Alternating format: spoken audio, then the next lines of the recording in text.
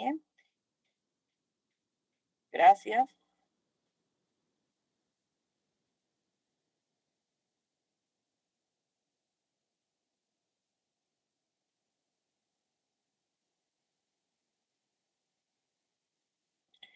Muy bien, vamos a empezar, como les decía, con anatomía y fisiología de laringe. La anatomía de laringe, este es un órgano que es impar, está situado en la parte anterior de la región cervical. Se inicia con la membrana cricotiroidea y finaliza con el primer anillo traqueal. Está formada por un esqueleto fibrocartilaginoso, tiene músculos y tiene ligamentos. En su zona hay un estrechamiento musculoaponeurótico que es la glotis. Y su inervación está dada en su mayor parte por el décimo par. Vamos a tener la presencia de los cartílagos. El más grande es el tiroides, que es la parte anterior de la laringe, tiende a osificarse con la edad. Su cara interna carece de pericondrio, su borde superior es la membrana tiroidea y la borde inferior es la membrana cricotiroidea, ¿sí?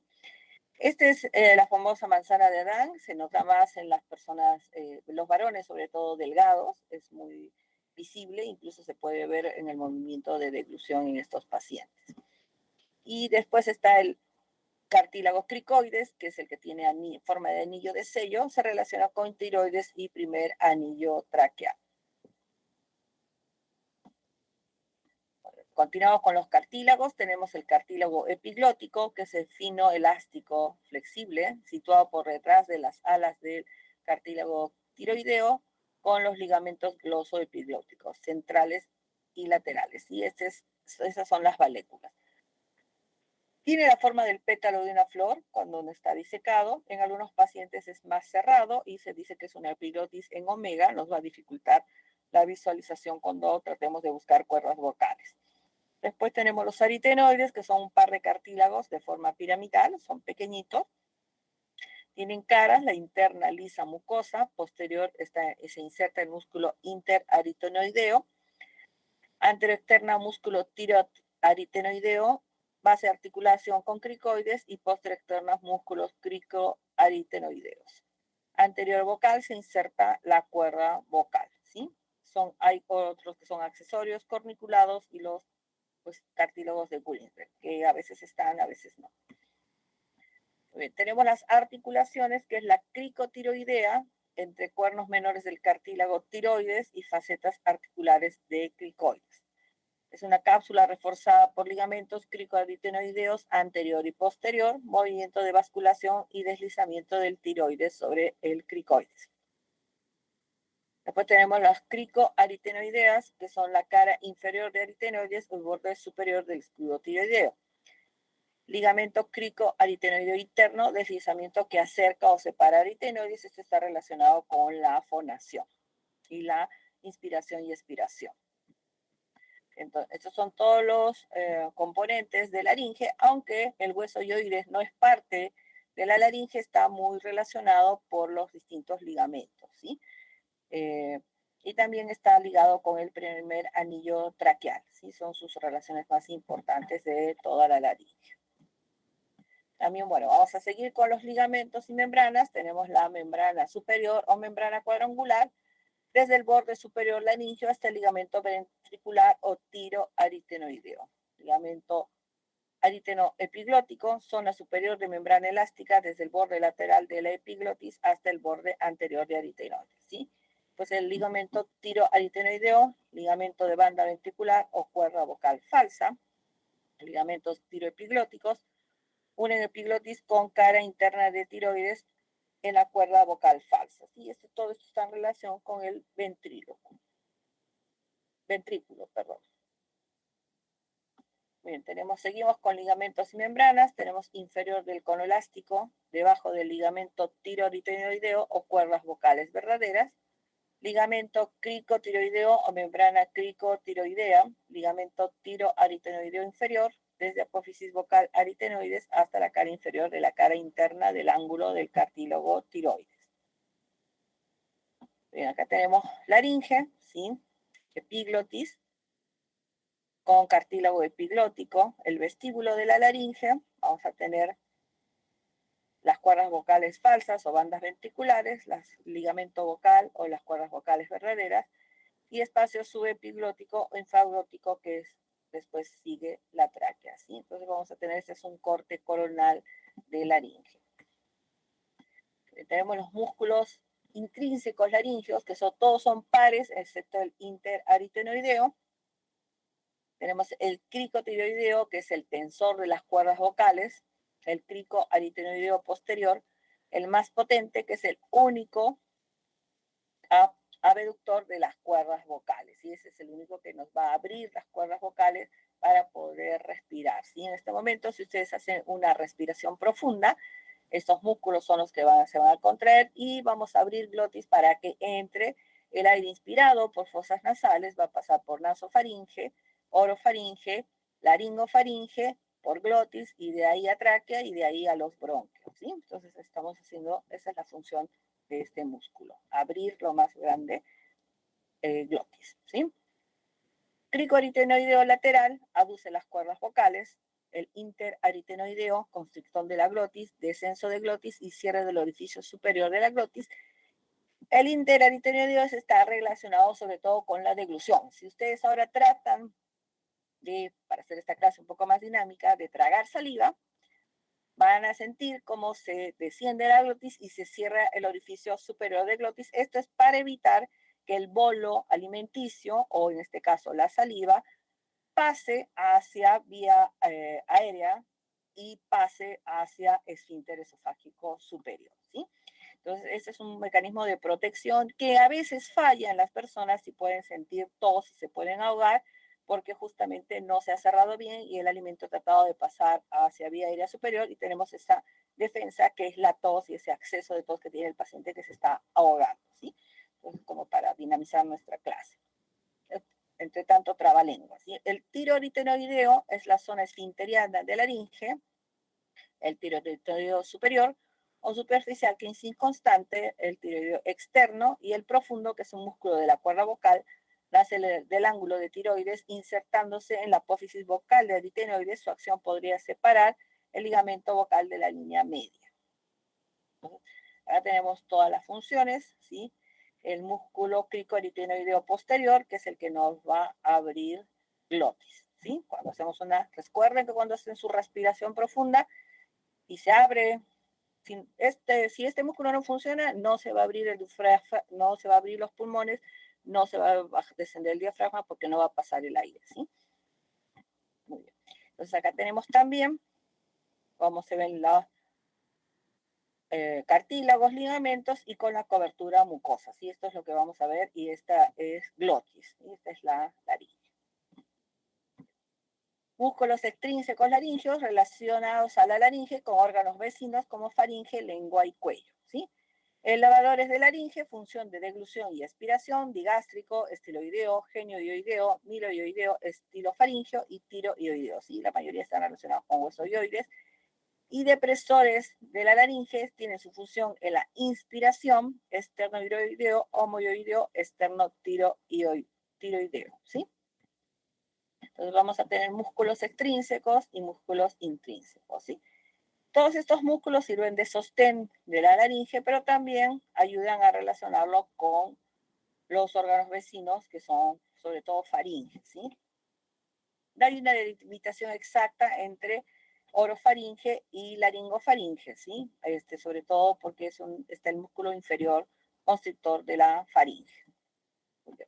Entonces, las relaciones laringeas, la laringe se divide en tres, y esto es muy importante para las infecciones y sobre todo cuando tenemos alguna sospecha de neoplasia en esta zona, ¿sí? Vamos a tener supraglotis, glotis y subglotis, ¿sí? La parte de supraglotis es el borde superior o aditus o margen laríngeo, que este es el que le digo que no es un borde muy claro. Está formado por el borde superior de epiglotis, repieres aritenoepiglóticos y bordes superiores de cartílagos carniculados y aritenoides, ¿sí? Su forma es la de un embudo limitado lateralmente por el ligamento cuadrangular hasta las cuerdas ventriculares o cuerdas vocales falsas, que forman los ligamentos tiroaritenoideos superiores, formando el vestíbulo laríngeo, ¿sí? Esto lo vamos a ver después en una imagen más clara. Por debajo de esta área está el ventrículo de Morgani, que es de difícil visión.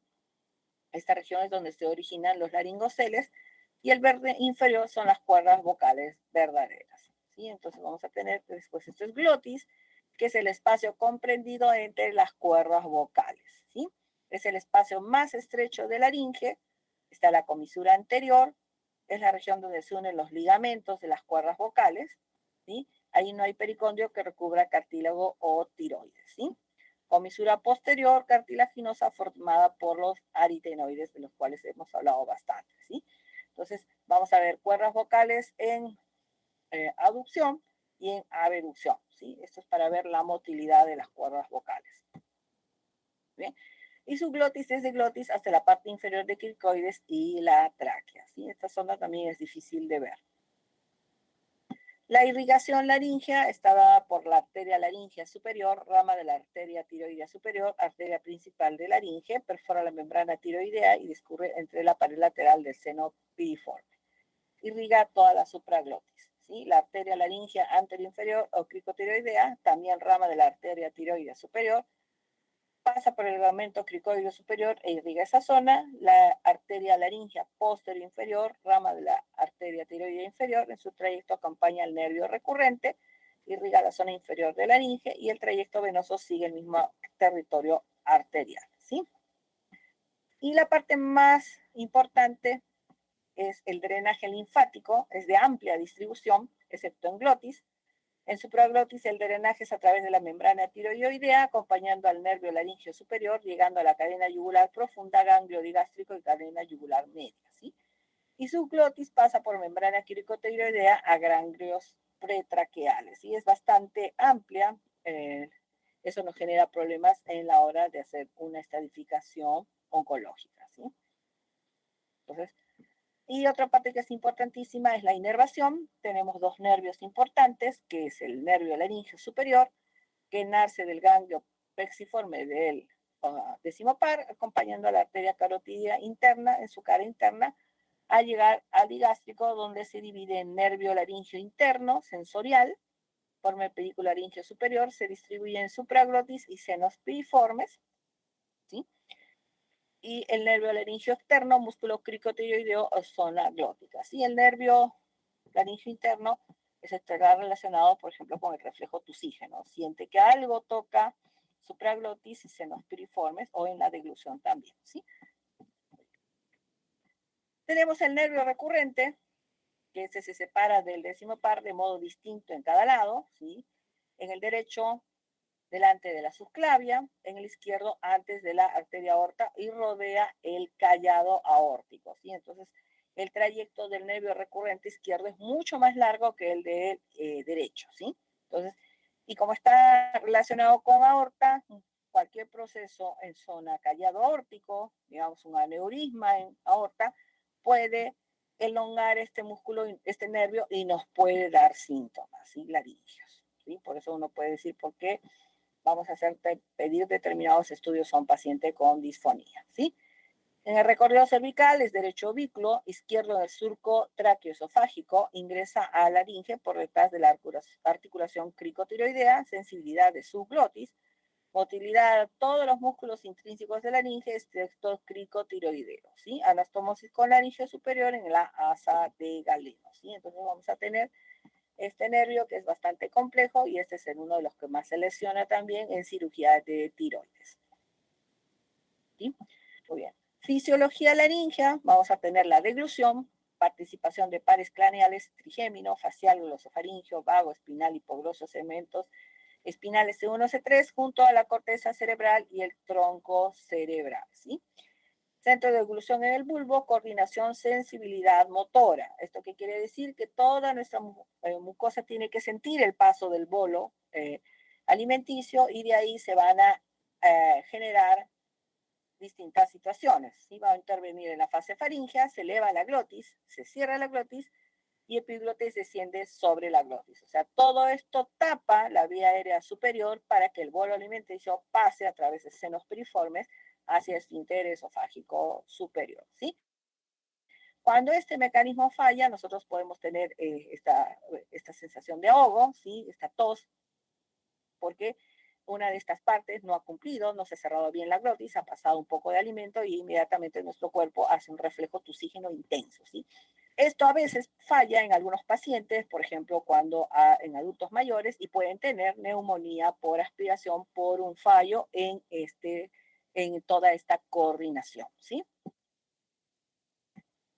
Muy bien, después la otra función es la función de la respiración. Nosotros inhalamos, se abre nuestra glotis, ya dijimos qué músculo es, y eso va a hacer que se descienda el diafragma y se llenen de aire nuestros pulmones, ¿no? Y en la exhalación ya también se cierra la glotis y se eleva el diafragma y se extrae el aire de pulmones, ¿sí?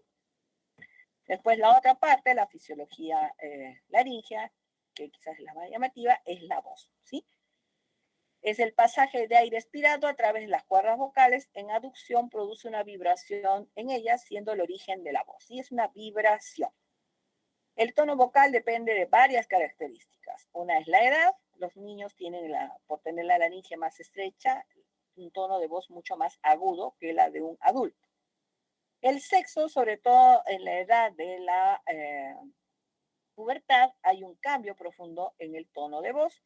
En la mayoría de los varones, el tono de voz desciende, se hace más grave, es más profundo porque la laringe se ancha, ¿sí?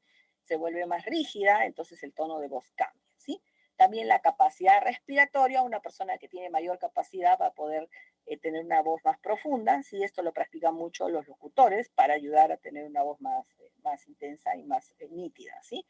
Es distinta la voz hablada de la voz cantada y el estado de la mucosa laringea y tejido fibroso laxo, ¿sí? También los músculos extrínsecos e intrínsecos y el ciclo de la voz. Y todo esto hace que mi voz sea diferente de una persona que tenga mi misma edad, ¿sí? La persona, por ejemplo, un niño a los 11 años va a tener una voz totalmente diferente que a los 17 años porque ya se produjo la alteración hormonal y el cambio de la voz en los varones, sobre todo, ¿sí?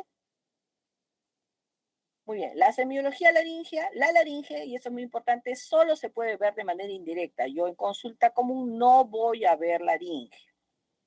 Y los estudios que voy a hacer para poder evaluar la laringe son varios, ¿sí? Uno es la laringoscopía indirecta con espejo de García, después la endoscopía laringea rígida o la nasofibroscopía con endoscopio flexible, ¿sí?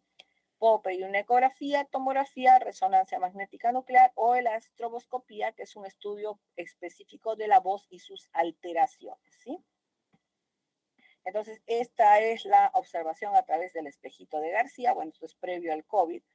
Eh, Normalmente es con un espejo, ¿sí? Se tiene que tener a un nivel especial de altura la faringe para poder evaluar las cuerdas vocales. Sí, este es un examen que se puede hacer, pero necesitamos colaboración del paciente que no tenga una base de lengua alta, ¿sí? Estamos hablando de un malapati,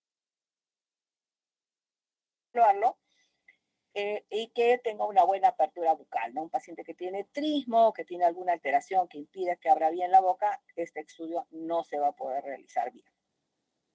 El otro examen es la endoscopia rígida, que también es a través de un endoscopio rígido, sí, que ven acá. Y bueno, esto también es previo al COVID, en el cual yo voy a poder ver a través de una pantalla toda la mucosa laringea, lo puedo grabar también para controles posteriores, ¿sí?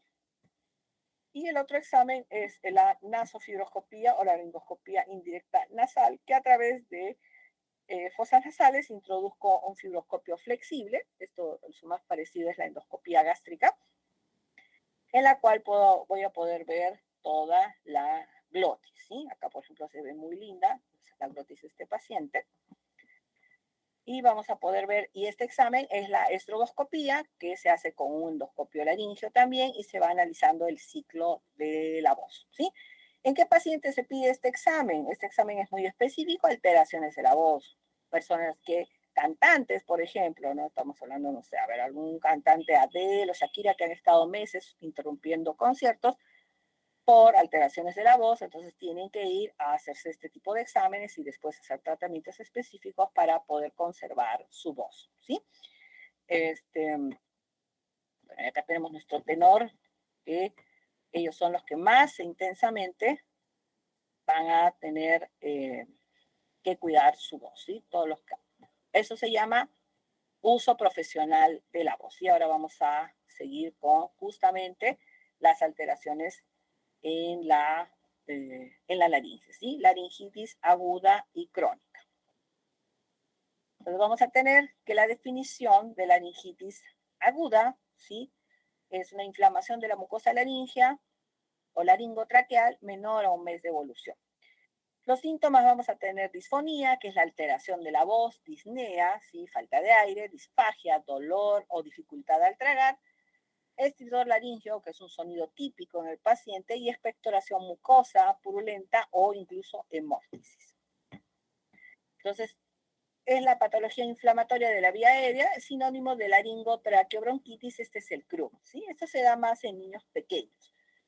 Vamos a tener la clasificación que puede ser aguda catarral, laringotraqueobronquitis viral, epiglotitis, laringotraqueobronquitis bacteriana y la no infecciosa, que es la alérgica, el abuso vocal, las traumáticas, el reflujo laringofaringeo o el cuerpo extraño laringotraqueal.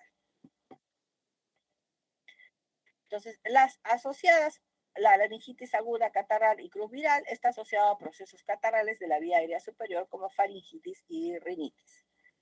Tiene una resolución espontánea a los 5 a 7 días y en un 5 a 10% de los pacientes requiere hospitalización. Esto es porque puede haber un edema muy importante de cuerdas vocales y entonces no se olviden que por acá pasa el aire. Entonces a veces hay que internarlos para darles humidificación, nebulizaciones y darles tratamiento ya vía endovenosa, ¿sí? Pero es poca la cantidad de pacientes que requieren una hospitalización.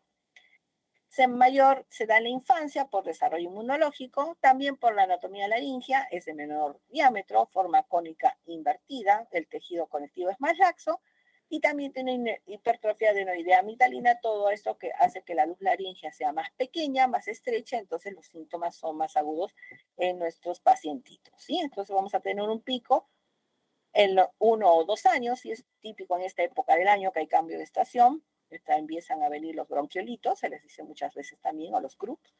Entonces van a tener virus para influenza, rinovirus, virus sincicial respiratorio, influenza IV, adenovirus, y acá me ha faltado nuestro nuevo virus, que es el COVID, ¿sí? Muy bien. Los síntomas: clínica propia de un cuadro nasal orofaríngeo, rinorrea mucosa, dolor de garganta, odinofagia, fiebre, disfonía, una tos seca irritativa. Esta es la carita que van a ver en sala de espera del pacientito que tose, tiene una tos seca perruna, disnea, estridor bifásico, tiraje, fiebre, astenia y sibilancias y estertores, ¿sí? Porque toda la vía aérea está irritada por este cuadro. Entonces, el diagnóstico en su mayor parte es clínico, ¿no? Tenemos el pacientito que ha estado con fiebre, con tos, con moquito y empieza con este estridor, ¿sí? Entonces los papás se asustan mucho y lo traen a consulta. Ahora, hacerle una laringoscopía indirecta o directa depende del cuadro. Si es un cuadro grave, vamos a tener que estudiarlo mejor al pacientito. Radiografía de cuello anteroposterior, signo de la punta del lápiz, vamos a ver mucho más finita la entrada de aire, ¿sí? Entonces, o incluso inexistente, ¿sí? Y una radiografía de tórax anteroposterior para ver si hay compromiso pulmonar, ¿sí? Entonces, la gravedad de los síntomas: si es un cruz leve, vamos a dar dexametasona y va a ser ambulatorio. Si es cruz moderado, nebulizaciones, ¿sí? Dexametasona o budesonida inhalada, observación según criterio, y si es grave ya vamos a tener que internarlo y quizás sea necesario que vaya a UCI, ¿sí? Entonces, el tratamiento de la laringitis aguda catarral sintomático, congestivos nasales, analgésicos y aerosol terapia, ¿sí? Entonces, el pacientito a veces es más necesario un tratamiento conservador, ¿sí? Acá tenemos un mapita, ¿sí? Para ver criterios de grupo, ¿sí? Y vamos a ir a epiglotitis, que es un proceso inflamatorio de supraglotis, afecta tanto epiglotis como aritenoides y repliegues aritenoepiglóticos, ¿sí? Este es un cuadro rápido de evolución, que es por acumulación de secreciones faríngeas y signos de insuficiencia respiratoria aguda y progresiva, ¿sí? ¿Por qué sucede más en los niños pequeños, ¿sí? 2 a 6 años? Porque los niños pequeños no expectoran como los adultos, ¿sí? Uno le puede pedir a un adulto mayor que expectore y va a botar la flema, en cambio estos niñitos se la tragan, ¿no? Entonces esta flema que está llena de virus o de bacterias va a irritar constantemente epiglotis y se va a inflamar, ¿sí? La gran mayoría de Spora Haemophilus influenza tipo B, estafilococo, estreptococo, hemolítico grupo A, y signos y síntomas tiene fiebre alta, taquicardia, taquipnea, estridor inspiratorio, tiraje, orinofagia, disfagia y cialorrea, ¿sí? Porque se está cerrando la vía aérea superior, posición en trípode y voz de papa caliente. Si es una voz, el niñito habla como si tuviera algo en la garganta, ¿sí? Entonces, lo que vamos a tener en nuestro pacientito, también el diagnóstico es típico, es clínico, la laringoscopía indirecta, que hay una controversia también con esto, radiografía del cuello, laboratorio leucocitosis con neutrofilia, ¿sí? Entonces vamos a tener todo totalmente inflamado y cerrado, ¿sí? Y fíjense bien en esta imagen del trípode es la típica del paciente que tiene lo que se llama síndrome agudo laringio o SOLA, síndrome obstructivo laringio agudo, porque se está cerrando la glotis, entonces el paciente en su intento de respiración abre, se apoya sentado los dos brazos hacia adelante en las rodillas y extiende el tórax y trata de abrir la boca para respirar, para poder tratar de ingresar la mayor cantidad de aire. ¿Sí? Esta es típica la imagen del pacientito, ¿sí? Entonces, en una epiglotitis vamos a asegurar la vía aérea, casos graves requieren incluso intubación, cefalosporinas, ¿sí? De tercera generación, corticoides inhalados o endovenosos, prevención y, bueno, obviamente la vacunación contra hemófilos influenzae tipo B. Entonces, en el cruz bacteriano vamos a tener sobreinfecciones bacterianas de una laringitis viral. Nuestro pacientito puede estar andando bien. ¿Y qué sucede? De que empieza a empeorar. ¿Pero por qué? Porque ha habido una sobreinfección, ¿sí? Hay una inflamación y edema difuso de laringe, tráquea y bronquios. ¿Sí? Hay una acumulación de secreción mucopurulenta adherida a la mucosa traqueobroncal formando tapones de moco y fibrina, ¿sí? Porque como este pacientito, los pequeñitos no saben expectorar, se empieza a acumular el moco y forma tapones y empieza a tener mayor dificultad para respirar, ¿sí? También esto es un grupo de bebitos de 1 mes a 6 años y su etiología también es Staphyloaureus Haemophilus influenzae. Vamos a tener estridor, tos, fiebre alta, sibilancias, estertores, tiraje inter y subcostal, deterioro del estado general con compromiso de la vía aérea. ¿Sí? Esta carita es la que vamos a ver en la sala de espera y esa tos seca y perruna. ¿Sí? Vamos a ver según el estado de nuestro pacientito si es necesario internarlo o no. ¿Sí? El diagnóstico también es clínico, la laringoscopía en algunos casos, radiografía vamos a tener estrechamiento subglótico, brotes traqueales irregulares y el tratamiento es asegurar vía aérea, humidificación ambiental, nebulizaciones con corticoides y adrenalina, antibiótico-terapia, ¿sí? Amoxiclavulánico o cefalosporinas y depende del estado general de mi pacientito, es si lo pongo en observación o lo interno, ¿sí? Muy bien, dejando las infecciosas, vamos a ir a las laringitis no infecciosas y una de las que también es muy peligrosa es la laringitis alérgica, ¿sí? Esto es por exposición a agente alergénico, ya sea por inhalación, vamos a hablar de polen, polvo, o por ingesta de frutos secos, por ingesta que puede ser por frutos secos o picadura de abejas. Y este tipo de alergia, gracias a Dios, es poco frecuente en esta zona del mundo, porque es bastante grave cuando ocurre, ¿sí? Puede venir desde una laringitis leve, el paciente se queda sin voz, le empieza a doler la garganta, o podemos llegar a un edema y espasmo de glotis con shock anafiláctico, ¿sí? Así que puede ser así de grave. Este estado grave, no, como les digo, no es muy frecuente en esta zona del mundo. Y el tratamiento va a ser la evitación del alergeno. Si una persona sabe que es alérgica a los frutos secos, obviamente que no debe consumir nada relacionado con eso. Antihistamínicos, humidificación, corticoides vía oral o endovenosa, epinefrina, intubación y UCI. En algunos pacientes que esta alergia, por ejemplo, por picadura de abeja o frutos secos es común, tienen una especie de lapicero con punta que inocula, epinefrina subcutánea en el paciente cuando está empezando a tener el shock anafiláctico, ¿sí? O el mismo paciente tiene en entre sus pertenencias este tipo de stick o lapicero. Así que acá es tan poco frecuente que no hay venta de ese tipo de elementos médicos, ¿sí?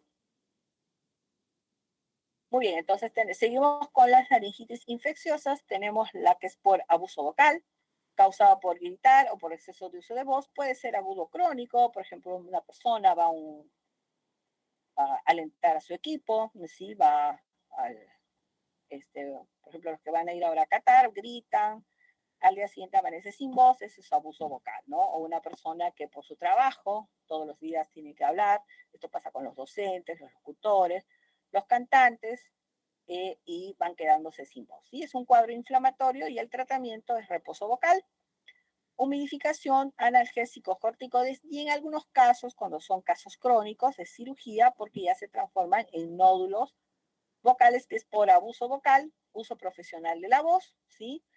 Son simétricos, por eso se le dice también nódulos en beso, ¿sí? Porque está uno al lado del otro, porque acá hay un abuso de las cuerdas vocales.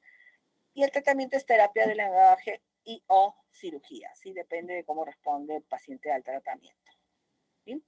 Vamos a seguir con la laringitis no infecciosa, vamos a ir con la traumática, que puede ser causado por intento de estrangulación, signo de latigazo en accidentes de tránsito, una persona que tiene el cinturón de seguridad puesto y tiene un frenazo y le chocan el auto por atrás, por ejemplo, va a tener el signo de latigazo y también el cinturón de seguridad le puede llegar a hacer una lesión en el laringe y de manera extrínseca se puede afectar las cuerdas vocales, ¿sí? Después podemos producir un edema de mucosa laringea con inflamación del tejido conectivo muscular por hematomas hasta lesión de la arquitectura cartilaginosa, ¿sí? También podemos ver, como en la imagen inferior, un cuchillo clavado en las cuerdas vocales, ¿sí? Y el tratamiento puede ser desde reposo vocal con analgésicos antibióticos o va a tener que hacer una reparación o drenaje quirúrgico, ¿sí? Bien. Y una de las laringitis infecciosas, no infecciosas, más subdiagnosticadas es el reflujo laringofaringeo, cosa que a veces discutimos con los gastros, porque es un reflujo producido por el reflujo del contenido gástrico, que es tan intenso que llega hasta esófago, hasta laringe y faringe, ¿no? Y el mismo paciente a veces lo siente, sobre todo de manera nocturna, porque hay un edema de la mucosa, porque la mucosa es irritada por el ácido clorhídrico del líquido que viene de contenido gástrico, ¿sí? Vamos a tener los síntomas: disfonía a repetición, disnea, porque incluso hay un asma bronquial por esto, odinofagia, tos seca, carraspeo, y vamos a tener un antecedente, esto es muy importante, antecedente de reflujo gastroesofágico o de gastritis, ¿sí? ¿Y qué pasa? Como este paciente siente dolor, muchas veces toma analgésicos y AINES, y los AINES empeoran su gastritis y el paciente empeora su cuadro, ¿sí? Y el diagnóstico: vamos a tener la sospecha clínica, vamos a hacer una endoscopía laringea y gástrica, una pichimetría, y el tratamiento es con inhibidores de bomba de prostones y una dieta gastroprotectora, ¿sí? Entonces, muchas veces este paciente, como digo, ha recibido por su dolor de garganta, ha recibido antibióticos, analgésicos, y todo esto empeora su gastritis, entonces empeora su cuadro y ha recibido múltiples tratamientos, entonces muchas veces incluso es por descarte el diagnóstico de esta enfermedad, ¿sí? Y bueno, laringitis no infecciosas, cuerpo extraño, no voy a hablar de esto porque ustedes cada uno en sus seminarios de sus prácticas van a hablar de ese tema, así que no les voy a facilitar mucho este cuadro, ¿ya? Muy bien. Y entonces tenemos el síndrome obstructivo laringeo agudo o SOLA, que se les estaba comentando. Este es un conjunto de signos y síntomas provocados por el insuficiente pasaje de aire por la laringe, ¿sí? Estos síntomas son disnea inspiratoria, tiraje, estridor, descenso inspiratorio de la laringe, aleteo nasal, tos grupal, excitación psicomotriz, éxtasis venoso, cianosis y postura típica del paciente con el torso hacia adelante, como este paciente que tenemos acá sentado, ¿no?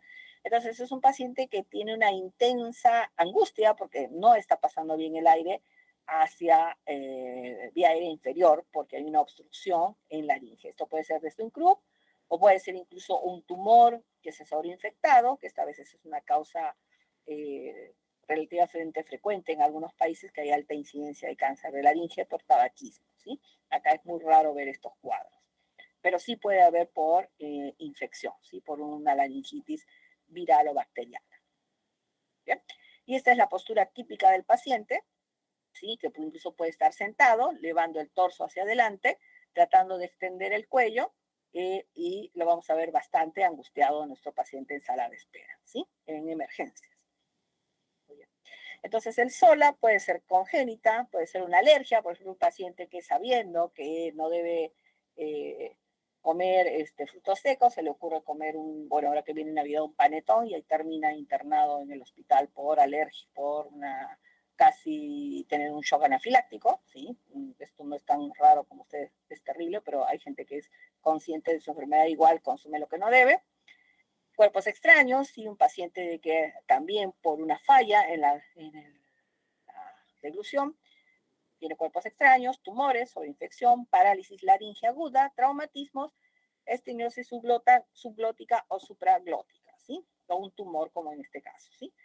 Entonces el estudio, acá vamos a tener que hacer una laringoscopía urgente, radiografía lateral de cuello, tomografía de resonancia, y el tratamiento es según la etiología, ¿sí? En algunos pacientes, cuando es tan intenso la situación, hay que hacer una traqueotomía de urgencia, que es una de las cirugías más estresantes para el cirujano, porque el paciente está despierto y se está ahogando, y uno tiene que hacer lo más rápido posible, encontrar el pasaje de vía aérea para que nuestro paciente pueda respirar, ¿sí?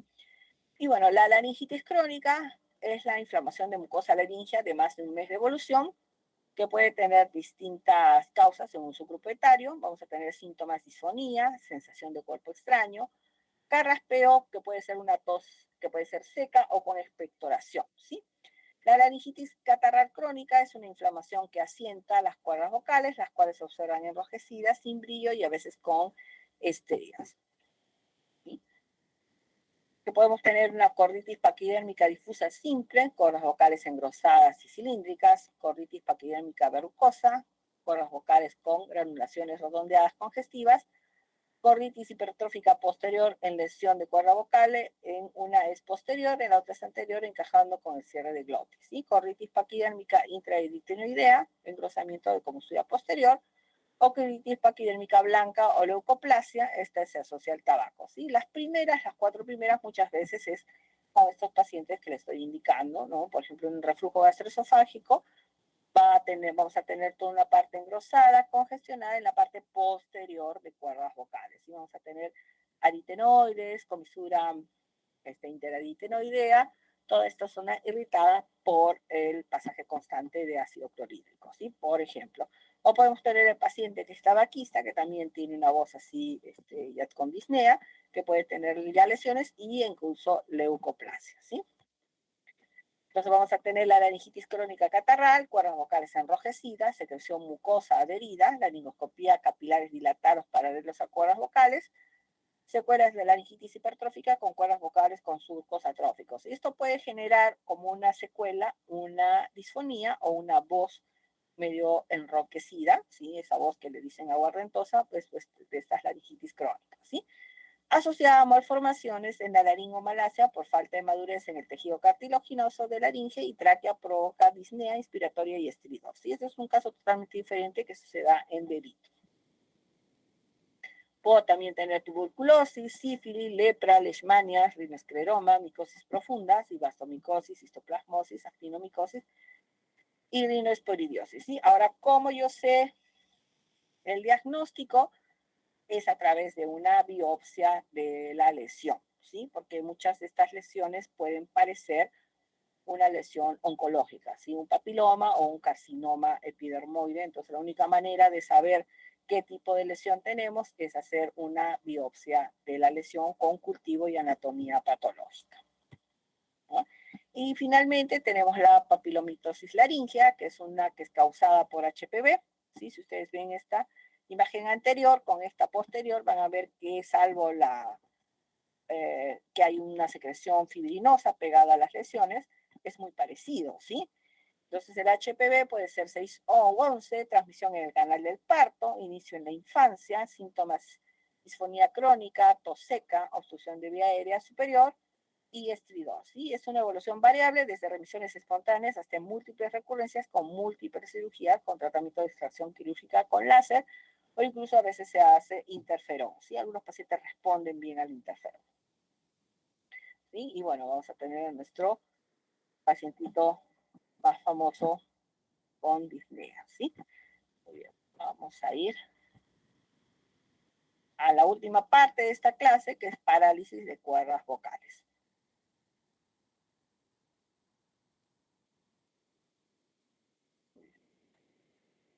La definición es la falta de motilidad de las cuerdas vocales, ¿sí? Que tiene múltiples causas. Puede ser unilateral, puede ser bilateral, única o combinada, por lesión del nervio laríngeo superior, por lesión del nervio recurrente, y los síntomas son disfonía, disnea, carraspeo y disfagia, ¿sí? Porque se altera todas las funciones de laringe. Vamos a tener con la fisiopatología es según el nervio afectado, la cuerda vocal adoptará una ubicación respecto a la glotis. Vamos a tener, según la posición respecto a la línea media de la cuerda vocal, será predominante un síntoma.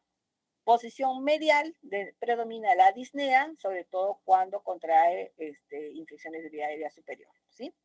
Posición paramediana puede predominar la disfonía o la disnea, y posición lateral va a predominar la disfonía. ¿Sí? Para la seguridad del paciente es mejor la posición lateral porque vamos a tener un pasaje de aire, pero el paciente se va a angustiar mucho porque no va a hablar bien. En cambio, en la posición medial hay una buena voz, pero el paciente cuando se enferma, si tiene una faringitis o una laringitis, se ahoga porque se cierra toda la vía aérea. ¿Sí? Hay menor pasaje de aire. Entonces vamos a tener parálisis de cuerdas vocales, parálisis del nervio laríngeo superior, cuerda vocal con borde ondulante, comisura anterior desplazada hacia el lado afectado por parálisis del cricotiroideo. Va a tener una voz ditonal que afecta a los tonos agudos, fatiga vocal, monotonía y al inicio aspiración. ¿Sí? Después tenemos la parálisis del nervio recurrente, cuerda vocal en posición paramediana, aritenoide se adelanta con respecto a cuerda vocal sana. ¿Sí? Y disfonía o diplofonía. Entonces vamos a tener en nuestro examen laringoscópico, porque uno puede sospechar por la consulta, pero vamos a tener que pedir nuestra laringoscopía. Vamos a tener una cuerda móvil y una cuerda paralizada. Por ejemplo, esta está mediana, ¿sí? Vamos a lograr ver que no se mueven las cuerdas vocales, una de las dos, ¿sí? Entonces vamos a tener que está en abducción, ¿sí? Entonces nuestro paciente va a fonar, va a respirar bien, pero va a fonar mal y va a tratar de compensar moviendo excesivamente la cuerda vocal sana. Por eso tiene fatiga vocal. La etiología puede ser una inflamatoria, puede ser tuberculosis, ¿sí? Sobre todo cuando estamos hablando del nervio recurrente izquierdo, si hay una lesión en ápice de pulmón izquierdo, podemos tener una parálisis de cuerda vocal como lateral, ¿sí? Tiroiditis subaguda, recuerden que toda infección o enfermedad de tiroides puede afectar cuerdas vocales. ¿Sí? Meningitis, gripe, difteria, fiebre tifoidea. Podemos tener traumáticas en una LQ, una lesión quirúrgica por cirugía de glándula tiroidea, de carótida, de columna cervical, la disección radical de cuello, ¿sí? En tumores de laringe. No quirúrgicas, lesión por accidente automovilístico, que ya hemos hablado, el síndrome de latigazo, fractura de cráneo por lesión de agujero rasgado posterior, herida penetrante en cuello, intubación orotraqueal. A veces esto pasa con pacientes que se tiene que hacer una intubación heroica. Esto ha pasado ahora con COVID, con pacientes que estaban con una saturación menor que tenían 80, 85, había que intubar de cualquier manera y han quedado con alguna lesión que después se ha recuperado, ¿sí? Pero pueden quedar con disfonía. Otras lesiones cerebrales o cardiovasculares, ACV, epilepsia, isquemia del tronco cerebral, patología aórtica, neurisma, recuerden, nervio recurrente izquierdo, cardiomegalia, nervio recurrente izquierdo, oncológicas, cáncer de pulmón, cáncer de esófago, de tiroides, tumores nasofaringeos y tumores mediastinales. Cualquier lesión en mediastino puede afectarme el nervio recurrente izquierdo, ¿sí? Y si es, o también el lado derecho porque pasa por, también por la región. ¿Ya? Entonces vamos a tener una lesión oncológica que me va a paralizar la cuerda vocal, que esto ya es una parálisis de otras características. una inflamatoria, vamos a tener una cuerda vocal roja que no se mueve y una parálisis del nervio también por toda esta inflamación. Podemos tener traumático o podemos tener oncológica, que acá tenemos un ganglio supraclavicular, que ustedes saben que es uno de los ganglios que nos genera mayor complicación a la hora de ubicar el TX, ¿sí? Cuando tenemos un ganglio supracervical, ¿ya? Entonces vamos a tener una parálisis de cuerda vocal, ¿sí? Que vamos a ver quizás la cuerda vocal sana y la única lesión que tenemos es la falta de motilidad de esa cuerda vocal. Si hay antecedentes de cirugía de tiroides, puede ser por una elongación del nervio, sobre todo si es un bocio muy grande, hay una alteración anatómica, entonces va a traccionar el nervio y eso tiene un tratamiento de una buena respuesta, ¿sí? Tenemos síndromes asociados como el de Abelis, parálisis de nervios neumogástrico, espinal rama, provoca hemiplegia, velopalato-faringia, alteración sensitiva y trastornos cardíacos y pulmonares, ¿sí? El síndrome de Smith, parálisis del neumogástrico y espinal, hemiplegia velopalatina, alteraciones sensitivas cardíacas, o sea, todo lo que hay una alteración también del esternocleido mastoideo con consecuente caída del hombro del mismo lado. ¿Sí? Estos son síndromes de Tapia, síndrome de Coles verdes, síndrome del agujero rasgado posterior, lesión de 3 pares craneales, glosofaringeo, neumogástrico y espinal. ¿Sí? Con todas las lesiones de Colexicar, de Villaret, síndrome de Jackson, ¿sí? Son todos síndromes alternos. ¿Sí?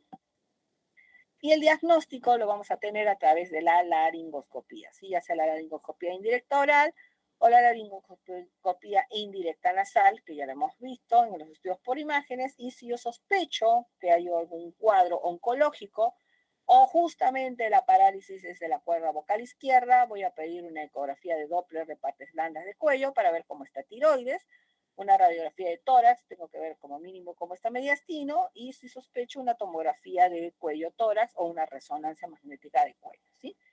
Laboratorio, sospecha de tuberculosis, vamos a pedir un esputo, fiebre tifoidea, patología tiroidea o meningitis. Y vamos a tener que estudiar a nuestro paciente de dónde es la causa de la parálisis de esa cuerda vocal, ¿sí?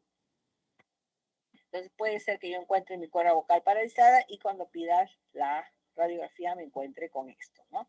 Entonces acá obviamente al haber toda una distensión de una cardiomegalia, probablemente también esté aumentado de tamaño de la zona aórtica, entonces esto ha traccionado el nervio recurrente izquierdo y por lo tanto mi paciente va a tener disfonía por parálisis de cuerda vocal, ¿sí? Pero la causa es extrínseca porque es en tórax, ¿sí? Lo mismo puedo poner la tomografía del cuello, que hay una masa tiroidea de límites difusos infiltrando musculatura peritiroidea y también los nervios asociados, por lo tanto va a tener una disfagia mi paciente, ¿sí? Bueno, y la evolución y el pronóstico, si es causado por un cuadro inflamatorio, tiene buena evolución y pronóstico. Si es por elongación o en cirugía o por hipertrofia de órganos, tendrá buena evolución y si hubo sección del nervio, la evolución dependerá de su ubicación de la glotis, ¿sí?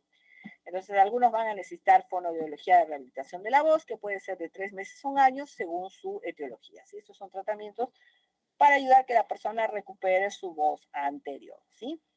Entonces, vamos a tener tratamiento quirúrgico, que lo que queremos lograr es que la cuerda vocal logre un cierre adecuado para la fonación, sin comprometer la vía aérea, ¿sí? Yo necesito que mi paciente respire. Primero respire y después habla, ¿sí? Entonces, la tiroplastía de medialización, la aducción aritenoidea, útil en manejo de parálisis unilateral, se combina con tiroplastía, aumenta tensión y longitud de cuerda vocal, estabiliza el aritenoides, ¿sí? Entonces, son distintas cirugías en las cuales se introduce un pedacito de cartílago y lo que se hace es estabilizar cuerda vocal, inyección intralaringea o intracordal, se introduce un catéter en la cuerda vocal, una sustancia para aumentar su volumen y llevar la línea media bajo endoscopía laringea. ¿Sí? Esto es lo que se realiza, ¿sí? Para tratar de lograr que esa cuerda se engrose y el paciente pueda hablar bien, pero sin alterar la respiración, ¿sí? Entonces acá el umbral de margen de seguridad es bastante frágil, entonces uno llega hasta donde tiene que llegar, a pesar que no logremos una voz de buena calidad, ¿sí? Muy bien, chicos. Entonces, esta es la clase de laringe, ¿sí? No sé si alguien tiene alguna duda, alguna inquietud.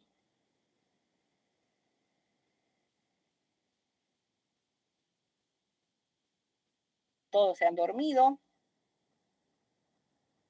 Me parece que no hay dudas, doctora. No hay duda. Muy bien, chicos, vamos vamos a dar por terminada la clase.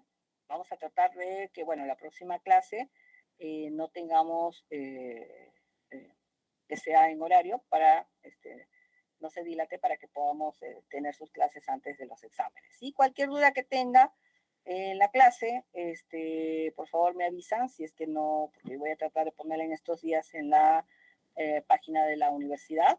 Cualquier cosita, si es que no es así, me avisan como la otra vez para que no haya problemas para su examen, ¿sí? Buenas noches. Listo, doctora. Muchas gracias. Buenas noches. Buenas noches, ¿sí? Hasta luego, doctora. Hasta luego.